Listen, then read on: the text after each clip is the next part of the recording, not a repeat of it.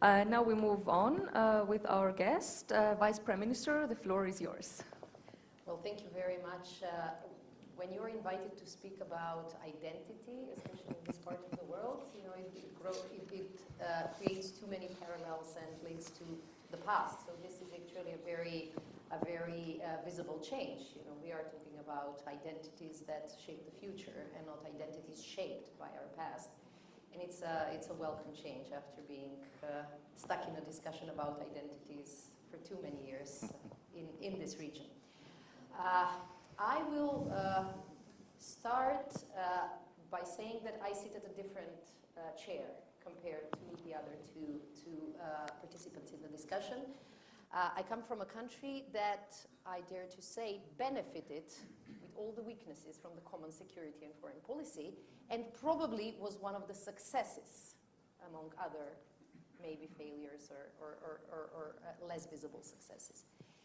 And for me, as someone coming from this region, from a country struggling to start accession talks with the EU, the sooner the better, country struggling after a 10-year delay to get an invitation for NATO, for me, reading some of the statements after the new strategy, where several people have insisted that in order to develop this new defense EU identity, the European Union has to present itself as a credible power on the global scene, which will be rational, wise, and calm.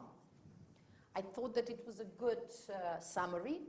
I had to say that I missed one word. Maybe it was there in the title. You know, power with strategic decision-making is what I think needs to be repeated again and again. Because the strategic autonomy is one thing, but being able to act, being able to make the decisions with this strategic goal in mind, I think offers an added value to the EU. In order for the European Union to become a successful, or at least a global player, as you have referred to, it has to be already a successful regional player. And I believe that there is still some work to be done there.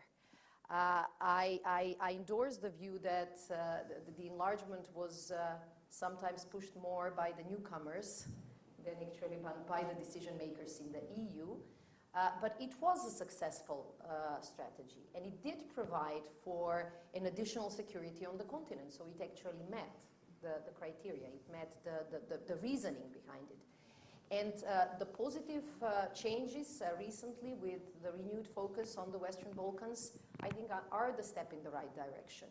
What we have seen after several years of very strong words by key European officials that enlargement has to be put on, you know, a sidetrack, it has to be prolonged, Europe needs a strategic pause. They were not only detrimental to parts of the European continent, they were detrimental to building this new sense of not only responsibility but power and active approach vis-à-vis the continent itself. So let me say that what we have seen, not only lately but also many years ago, were concrete evidence on how EU can be more active and more decisive, but also how the cooperation with NATO can act smoothly if there are good discussions and shared interests. And I will have to say that Macedonia, this is why I started there, Macedonia was such an example back in 2001. When we have faced our own internal conflict, one of the developments that actually saved the day, both for us and for our partners, was a very, very strong, almost daily cooperation and commitment by both NATO and the EU on A, the goal, which is to preserve the stability, and B, the steps that were needed to get us there. And I have to say that probably EU and NATO to a certain extent have not really assessed this as positively as I think that they have earned. because what we had in Macedonia was a series of different missions, NATO-led, EU-led, and a very, very strong cooperation mechanism between the two. In certain phases, it was the NATO military presence that served the purpose. When it came to negotiations and political settlements, it was both the EU and the US that actually led the process. In the beginning, during the difficult negotiations, it was visibly that EU is strategically supporting the role of the US to broker an agreement. But very soon, when it came to details, implementation, making the right environment for political compromise, it was the soft power, but still power of the EU that delivered a positive outcome. And for a while, there was, in the case at least of Macedonia, there was practically an absence of this visible cooperation between EU and NATO. And then came the political crisis in Macedonia. And then what we saw was again a decision by both EU and NATO to go back to the fundamentals and to the basic and start the discussion about what are the values that link the two organizations. So after 2014 and the initial signal from the EU that things are not looking good in the country on important key issues such as free media, rule of law, independent institutions, human rights, inter-ethnic relations, core values, we have seen very quickly that the same concerns are reflected also in NATO summit conclusions. But I think that when it's all about reports and assessments, it makes sense. The two institutions follow each other. They read each other's reports.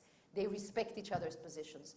But what I think was striking was what happened last year, almost exactly a year ago from today, when Macedonia saw the climax in its internal political crisis, when we had a group of people that attacked parliament and attempted actually to even murder some of the members of the parliamentary majority and future government.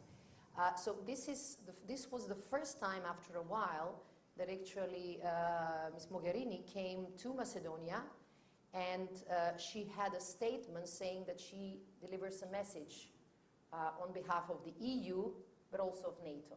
And that was rather rare, but it showed that when the going gets tough, when there is a crisis, we go back to our old manuals that we need this cooperation very much. So we do believe that right now, after seeing how quickly security can be lost after a series of fundamental core weaknesses in a country like Macedonia, in the region like the Balkans, but not only here, I think that the EU returned focus to the Balkans, also through the lens of security, is a smart, strategic decision-making. I remember going through one of the Eurobarometer polls saying that European citizens have lost the attraction to enlargement. I actually have my doubts that there were strong attractions to start with. Of course, in the 90s, there was this feeling that suddenly Europe is uniting, but we have seen drawbacks and we have seen some skepticism after 2000, 2002, definitely. But what was very clear in the same opinion poll was that, yes, people in the European Union are skeptical about continuing enlargement, but they're very clear about security returning to the forefront of the agenda. And this security cannot be realistic if there are still strategic gaps in the continent. Therefore, I do hope that this is what dominated the discussions also about what EU can do when it comes to this region, when it comes to the security of the continent, and the result of this was the new enlarged strategy. And I think that the spirit is already there. We have seen some of the benefits from this interest, maybe not in all EU member states, but we have definitely seen it here in the Balkans, because people see that if you leave too many things unattended, if you allow for a long political or strategic vacuum, the vacuum gets filled with all sorts of things that we consider a European security threat.